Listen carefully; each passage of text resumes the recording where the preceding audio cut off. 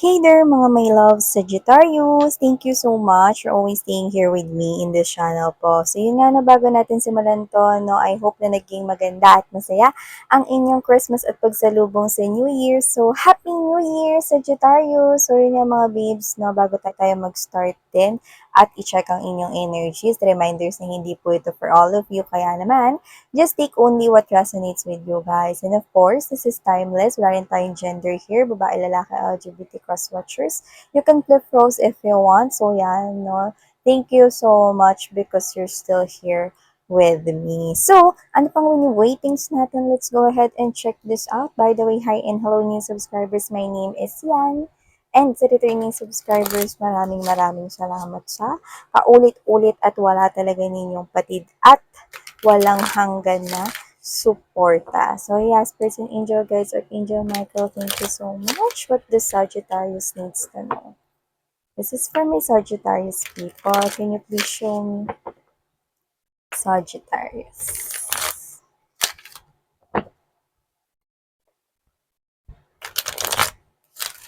When you start to be nice with a person, that's when the thing starts, no? Maging complicated. What do you mean, Miss Yan? I don't know why right off the bat in this reading, I'm sensing, no, na parang just because you're nice with someone, mukhang yun na yung magiging simula ng kanya ritong pang-aabuso sa'yo. Doesn't have to be, and it's not like romantically involved, but just take how this resonates.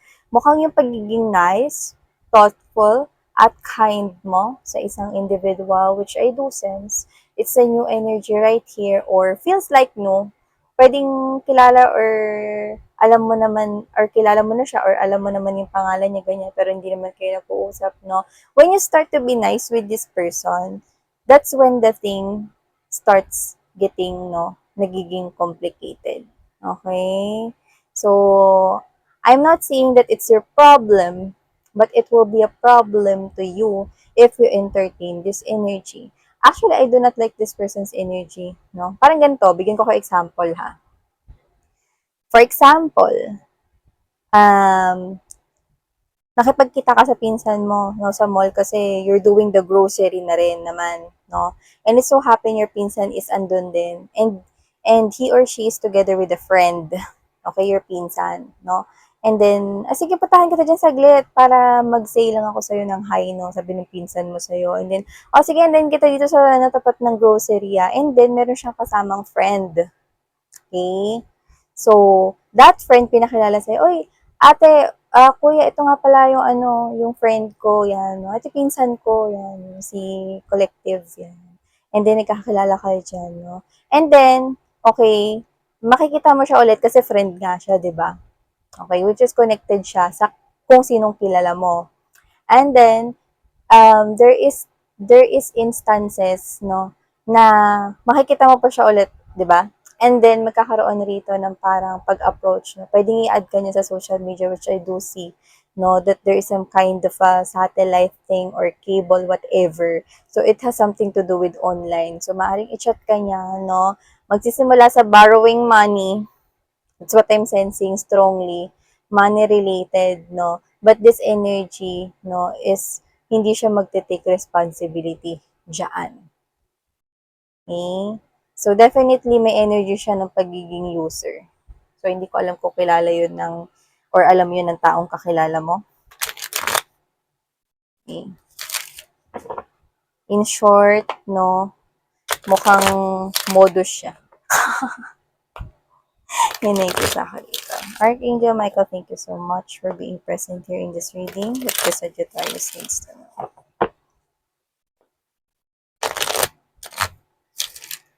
Bagong taon na. Sana magbagong buhay na rin yung mga ganong klase ng tao, no?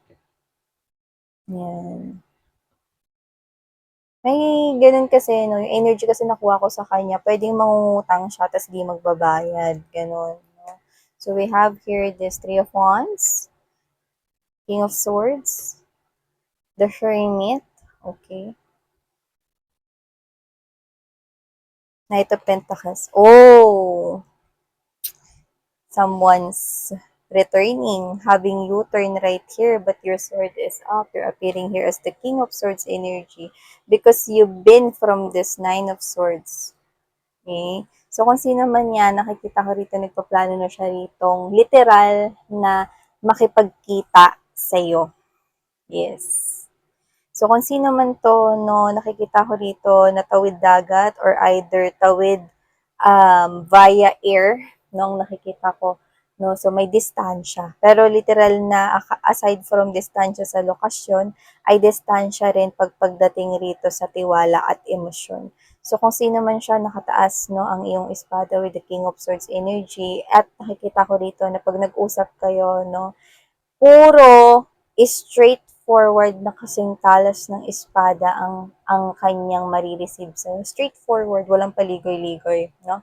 Isang very honest na communication at napaka-direkta or direct to the point, no? At nakikita ko rito na pag kinausap mo siya, walang halo rito kahit na anumang emosyon, feelings involved, kundi your brain and your mind. Yun lang. And your intuition as well, of course. Okay? That is always naman number one. Pero dito wala akong emosyon na nakikita for you guys, no? Na may embodies pag nakaharap mo siya. Kung sino man yan makakaharap mo, no?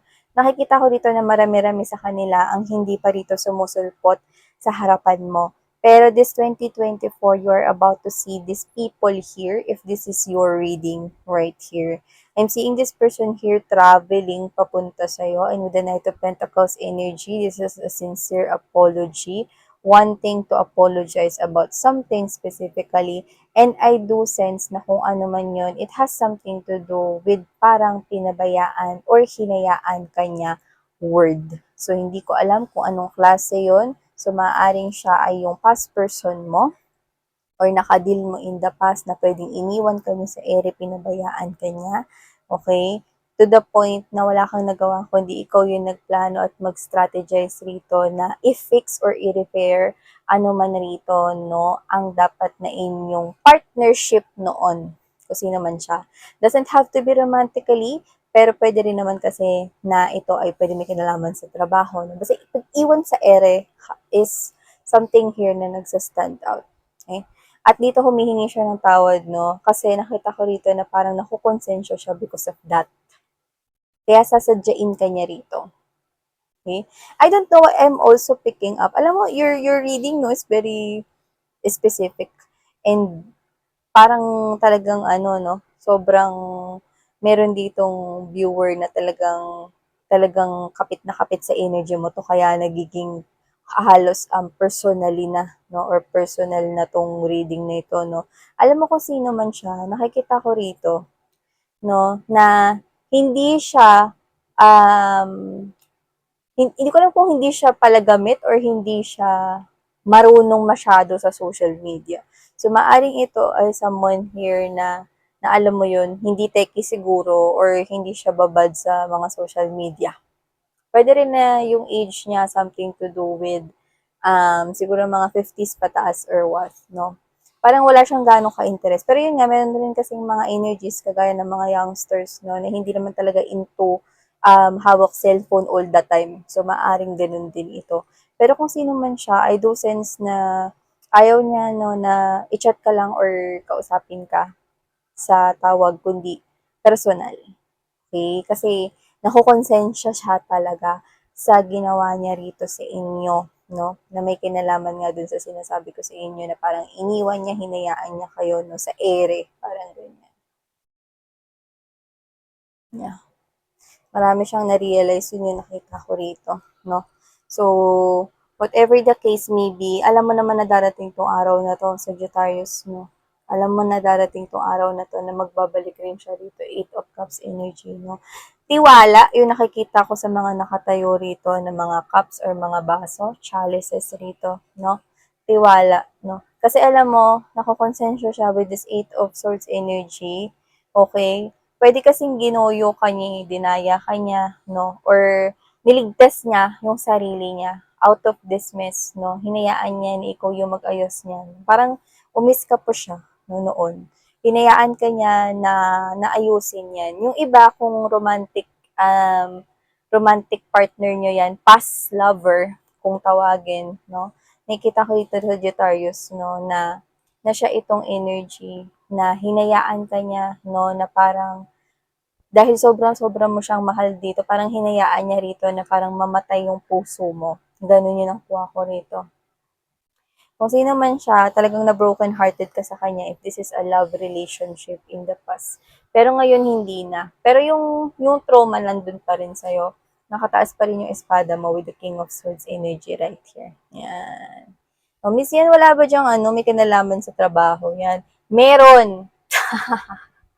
So, nakikita ko rito na yung matagal mo nang hinihintay, no, na pwedeng trabaho sa malayo, which is, aalis ka dyan sa lugar mo, temporary ka dyan na mag-aal sa balutan kasi dun ka madidistino or kasi dun ka magtatrabaho. Nakikita kong meron ditong oportunidad na trabaho na I think matagal mo nang hinihintay. So, hindi ko alam kung bakit nagkaroon dyan ng pornada, pero nakikita ko yan paparating na it's approaching you from the back. You do not see this coming, kaya nga, kinanta ko na sa'yo. Matagal mo rin kasing gusto na yan, no, na matuloy-tuloy yan, pero hindi ko alam kung ano ba dito yung nagiging rason or blockage kung ba't hindi yan nangyayari. Basta nakikita ko that with the Knight of Pentacles energy, ang slow moving ng proseso. So, hindi ko alam kung yan ba ay kontrata sa ibang bansa o marami kasing requirements na hindi pa ma-proseso or whatever. Nakikita ko rito na tuloy ka na ngayong 2024. No? And also, nakita ko rito, no, na ikaw, I'm seeing you right here, that with the Hermit together with this Two of Wands energy. Yung iba, ito ha, hindi to para sa lahat, pero yung iba nakikita ko na lilipat kayo talaga for good ng tinitirahan. So, hindi ko alam kung magmamigrate ba kayo sa ibang bansa, doon na lang kayo. May pagpapasya rito na parang mapapag-isip-isip mo na parang wala naman sa plano mong tumira dyan or wala naman sa plano mo na magstay dyan. Pero it's like, this is you, magdidesisyon ka rito na, ay, dito na lang ako titira. Parang may something dyan na parang nagsasabi sa yung dyan ka na lang, no? Which is, I do feel like that if that is you, yun yung niisip mo, well, guess what? I'm seeing someone here, no, na mag-a-approach sa'yo, na hindi mo inaasahan. It's like, kaya mo nararamdaman na mag-stay dyan sa lugar na yan, it is because meron kang dapat makilala dyan. And I do pick up na yung tao na yun ay magiging significant sa'yo in a very positive level. So, wala tayong magiging problema kung gusto mo ritong ipagkatiwala ang ang iyong word or ang iyo ritong oras at time sa kanya kasi I'm seeing that this energy can be trusted right here. So, yeah, ito ang mga mensaheng nakuha ko for you, mga lovely Sagittarians. So, thank you so much, honey, sa Hail Love and Light. Annyeong!